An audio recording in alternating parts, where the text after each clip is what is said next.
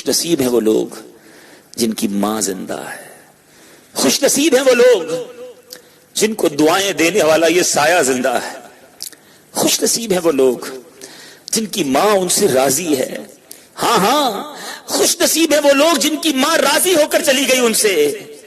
ان سے بڑا بد نصیب کوئی نہیں کہ ماں ہوتے ہوئے اللہ کو ناراض کر رہے ہیں، ماں کو ناراض کر رہے ہیں.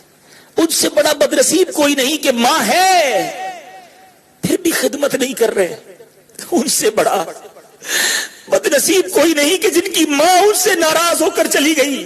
خدا کی قسم، میری بات سمجھنے کی کوشش کیجئے. کچھ باتیں الفاظ میں نہیں سمجھائی جا سکتی، ہر بات لکھ کر نہیں سمجھ آتی، کچھ باتیں فیل کرنی پڑتی ہیں. ماں چلی جائے نا پھر بڑا یاد آتی ہے، پھر چین نہیں آتا. کون ہے کہ جس کی گود میں جا کے بیٹا سر رکھے؟ اب کون ہے جس کے کاندھوں پر سر رکھ کے آنسو بہالے؟ اب کون ہے جو میری بیماری پر بے قرار ہو؟ اب کون ہے جو میری پریشانی پر خود پریشان ہو جائے؟ ماں ہی ہے. خدا کی قسم، ساری کائنات میں ایک ماں ہی ہے کہ بیٹا بے قرار ہے تو ماں بھی بے قرار ہے، بیٹا بیمار ہے تو ماں بھی بیمار ہے. ہاں، ماں بیمار ہو تو بیٹا بعض اوقات بے قرار نہیں ہوتا. ماں رات کروٹیں بدل کر جاگتی رہے کسی تکلیف کی بنا پر تو بیٹا تو کروٹ بدل کر سو جاتا ہے. مگر دنیا میں ایسی ماں نہیں دیکھی کبھی کہ بیٹا جاگ رہا ہے، بیٹا تکلیف میں ہے اور ماں سو جائے.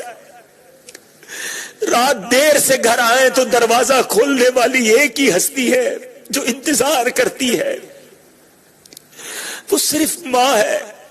بندہ سفر پر چلا جائے،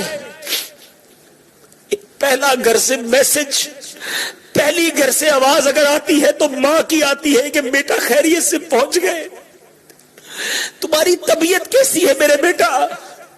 یہ آواز اب کہاں سنائی دے گی؟